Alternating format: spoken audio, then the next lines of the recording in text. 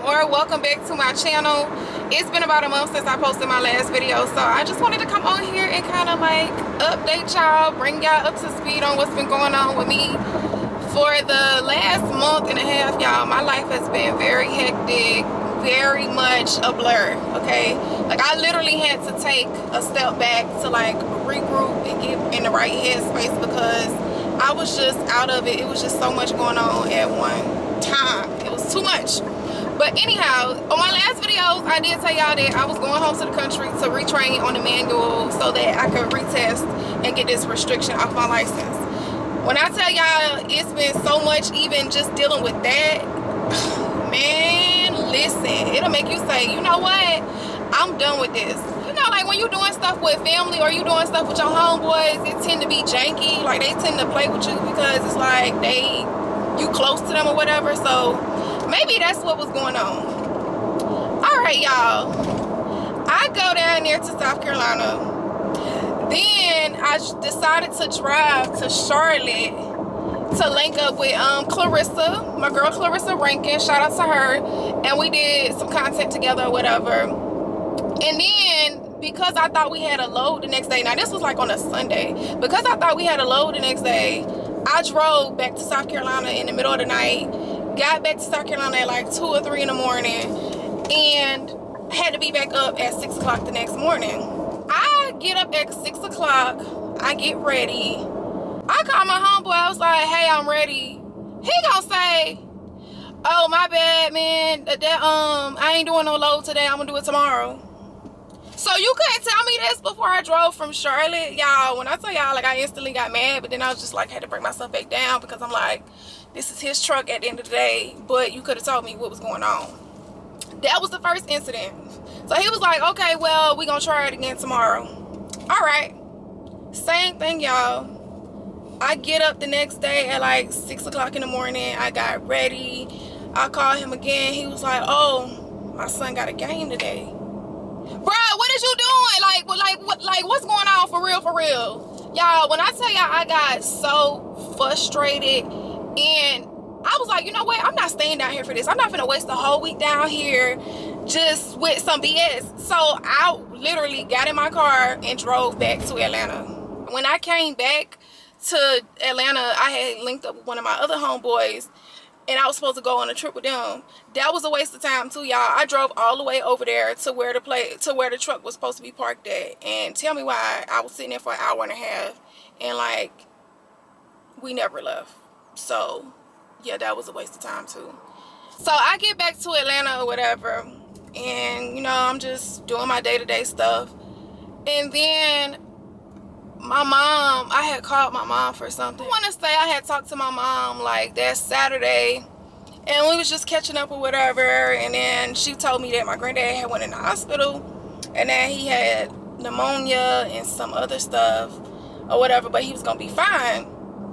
I don't know what it was, but I had a feeling like that night I had a dream or whatever that it wasn't gonna be all right. Like, I kept getting signs or whatever. So tell me why that Monday I'm outside like doing my flower bed over, and my sister comes to the front door, and she's just like, she has this look on her face, and I just instantly I just knew. I was like, what's wrong? I was like, granddaddy died? She was like, yeah. Yeah, I just bust out in tears. That thing hurt me. It's like, even though you know, like, I had that feeling that it was gonna happen, it's just like, boom, like your whole world just come crashing down, y'all. I just lost it. Sorry, I had to cut that part short because I was about to get emotional, and what I'm not gonna do is cry on camera. But it's like your whole world just come crashing down, and that's exactly what happened. So I was gonna drive down there to South Carolina that day when my mom told me, but then I thought about it, and then my mom, she was like, no, don't drive like that or whatever. So I decided to leave out like that next day, which was that Tuesday, and go down there to be with my mom, because like that was her last parent or whatever. My grandmom died in 2018, so she was lost too. Like, her whole world came crashing down too. So it was just a mess, like really a mess.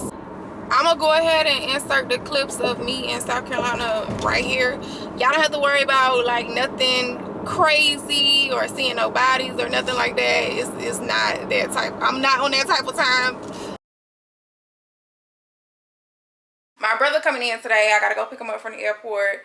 It's already 10 o'clock at night. His flight land like close to 12 o'clock, so I'm about to get on the road, go to Charleston, go pick him up, and then hopefully make it back around maybe 2, 3 at the latest, and get some sleep and get ready for tomorrow. Hello to the vlog. They don't know, people in the South, they put up red lights to signify that somebody died. Also put up a tent. Stuff just getting started today, so it's probably gonna be a lot more people. We're here for the viewing, waiting for everybody else to arrive. Say hey, Mom. Well, we just got out of the we just came out of the funeral home from the viewing, and I'm trying to just keep myself in happy spirits because I know like that's what my granddaddy would want. I'm just trying to remember that he's in a better place now. He's not suffering. And actually, when I walked in, y'all, I just started smiling because my granddad, he's a Vietnam veteran. So he always, when I tell y'all, every day he wore his Vietnam veteran hat. And when I walked in and I saw that they had his hat like in his hands, I just started smiling. I was like, yes, that's what he would have wanted. And they had his medals and stuff in his casket. And I'm just like, yeah, granddaddy going out in style. Said my granddaddy out in style.